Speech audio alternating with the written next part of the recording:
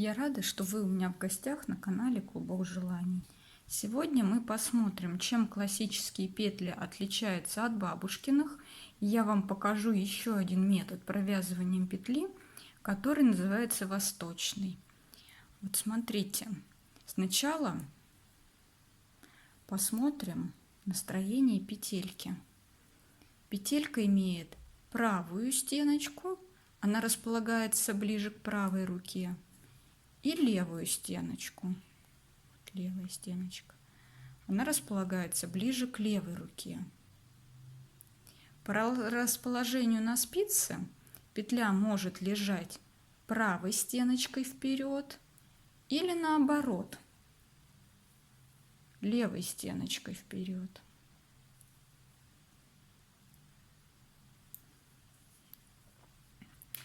Вот с этой стороны я вяжу классические петли, а с этой стороны бабушкины петли.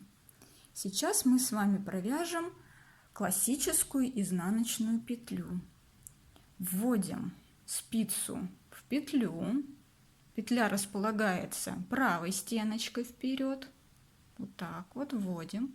Ниточку набрасываем сверху на петлю, обвиваем и протягиваем. И обязательно затягиваем ее. Еще раз вводим спицу в петлю предыдущего ряда, накидываем сверху, именно сверху ниточку, обвиваем ее, вот так как бы обвиваем.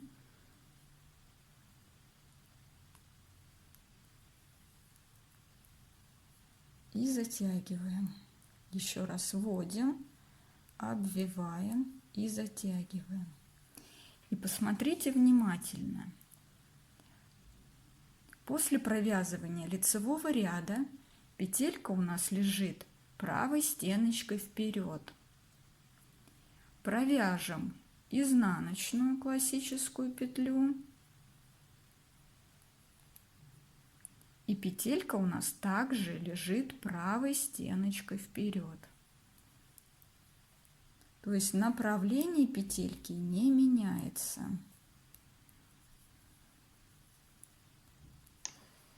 Этот метод вязания описывается в обучающих книгах и в западных переводных изданиях, и многие вязальщицы его называют западным. Классическую изнаночную петлю провязывать тяжелее, чем бабушкину, но если вы наловчитесь и научитесь ее вязать, то вы будете очень быстро это делать. Так, а вот здесь мы вяжем бабушкины петли. Бабушкина изнаночная вяжется немного иначе. Вводим спицу в петлю. Вот обратите внимание, после провязывания лицевого ряда петля также лежит правой стеночкой вперед. Провязываем изнаночную бабушкину. Она провязывается вот так, вниз. Ниточка идет вниз и подхватывается она вот так, как бы снизу. Еще раз.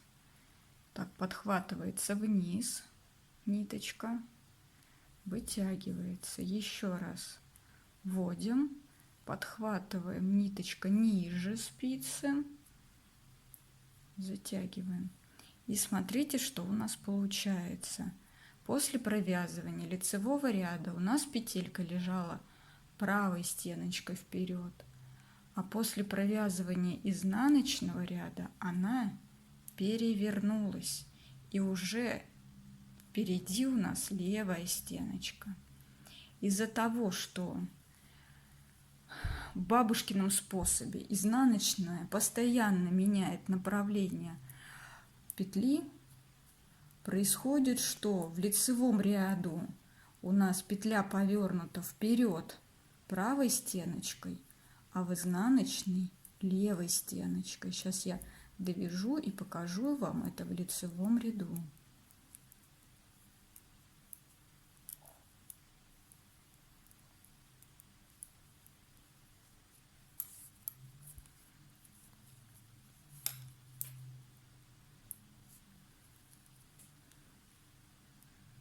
Смотрите, изнаночная петля нам перевернула петельку, и получается, что у нас спереди теперь левая стеночка. И нам приходится лицевую вязать за заднюю стенку, чтобы петля не была перевернута. Вот так вот за заднюю стеночку. Ниточка ниже спицы находится. Протягиваем. Еще раз вводим. Нитка ниже спицы. Протягиваем. Нитка ниже спицы. Протягиваем.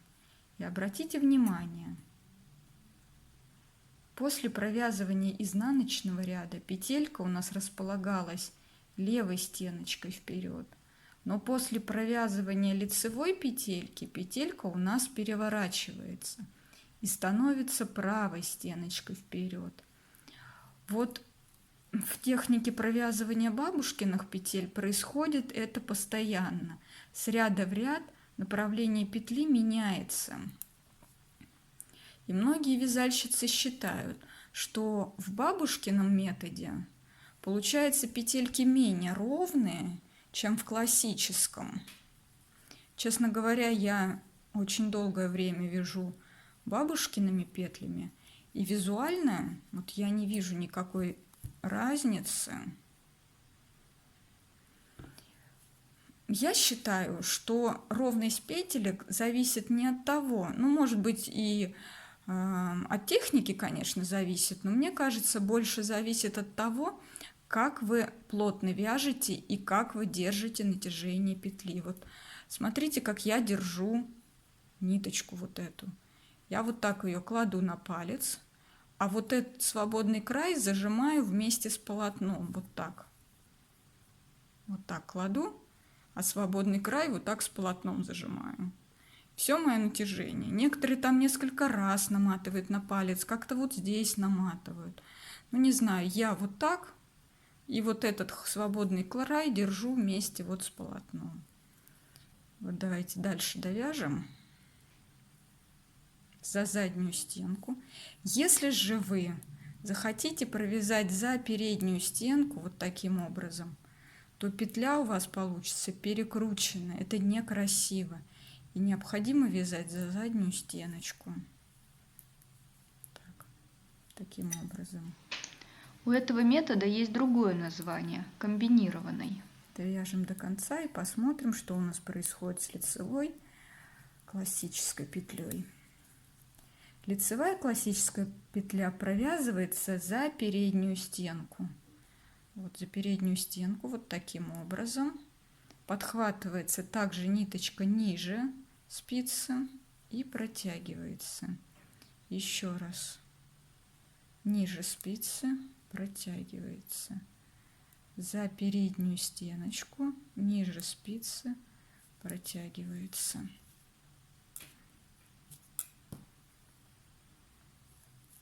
И смотрите, что у нас выходит. После провязывания изнаночного ряда петелька лежала правой стеночкой вперед. После провязывания лицевой она также лежит правой стеночкой вперед. То есть направление петельки не меняется. Вот так вот за переднюю стеночку, и направление петельки не меняется. Если же вы провяжете за заднюю стенку, то у нас происходит перекрещивание петли. Этого нам не нужно, поэтому вяжем за переднюю стеночку петли.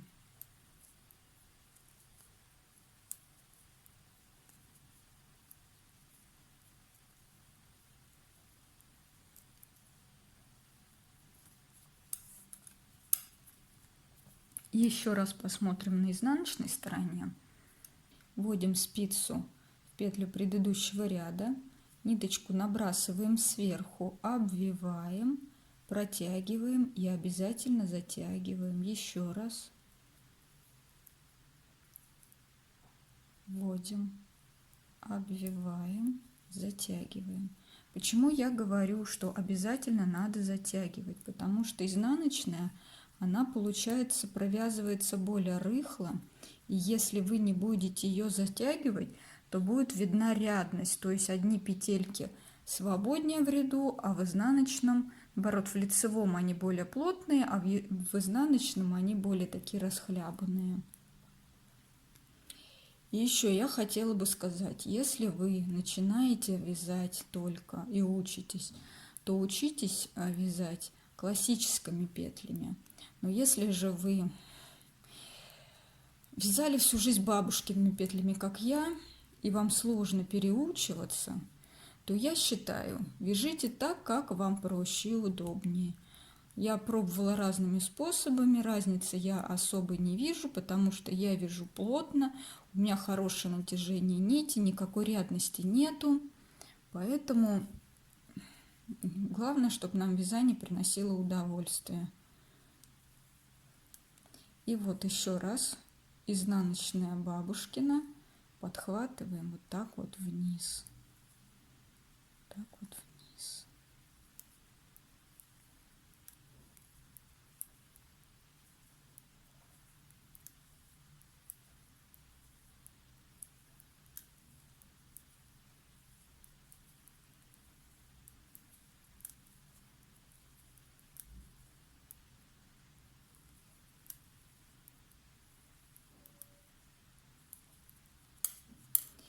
Опытные вязальщицы говорят, что классическими петлями вязать красивее и лучше. Но вот смотрите, вот здесь классические петли, а вот здесь изнаночные. Ну, на мой взгляд, я не знаю, мне кажется, рядности тут нет никакой. Я не вижу никакой рядности в бабушкиных петлях. Все довольно плотно.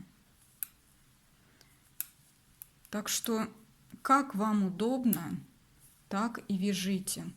Но вот существует еще один метод провязывания петель. Его называют восточным. Вот я вам сейчас покажу, возьму. Буду вязать вот на этой же стороне, где было бабушкино. Вот обратите внимание.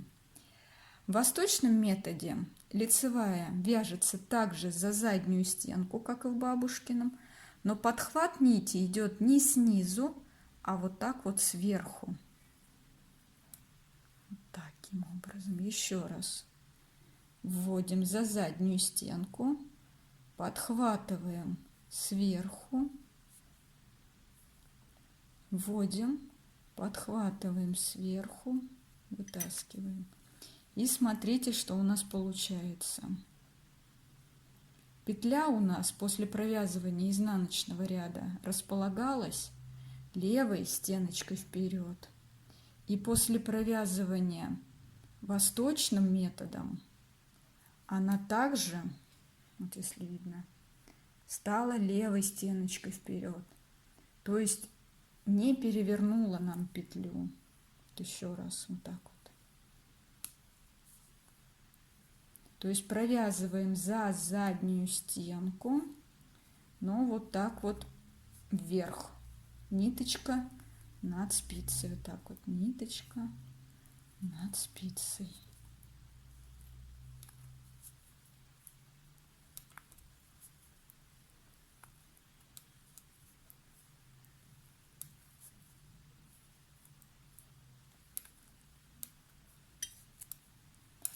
Возьму сейчас другую спицу, чтобы вам показать изнаночный ряд.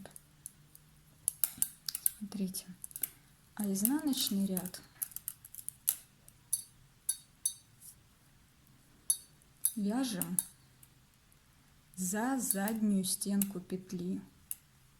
Вот за эту заднюю стенку. И вот так вот вниз. За заднюю стенку и ниточка ниже спицы. Вот таким образом. За заднюю стенку ниточка ниже спицы. Вот таким образом. И вот смотрите, здесь петля располагалась левой стеночкой вперед. После провязывания изнаночной она также располагается левой стеночкой вперед. То есть не происходит переворота петли.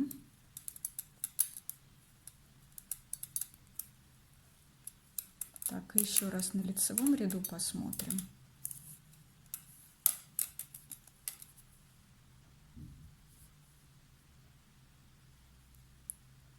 Вот. Петля лежит левой стеночкой вперед. Провязываем за заднюю стенку. И наброс идет нити сверху на спицу. Таким способом. Вот таким.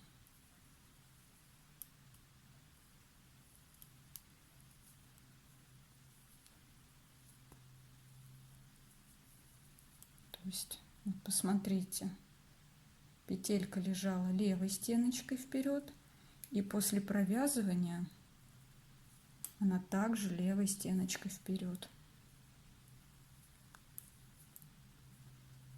То есть в классическом способе и вот в этом восточном стеночка не меняется, поэтому считается, что здесь петельки должны получаться гораздо ровнее и красивее, чем в бабушкином способе.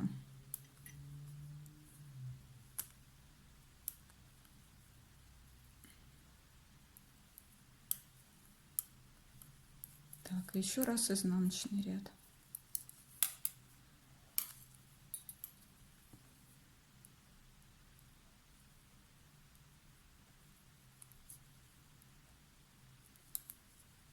Подхват идет за заднюю стенку, ниточка ниже спицы находится, и вот таким образом, так, за заднюю стеночку, ниже спицы.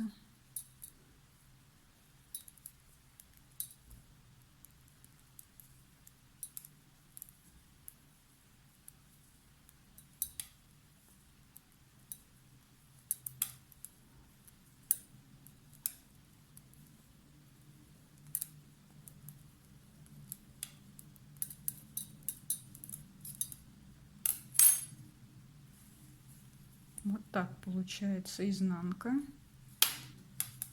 лицо. Различий визуально я никаких не вижу.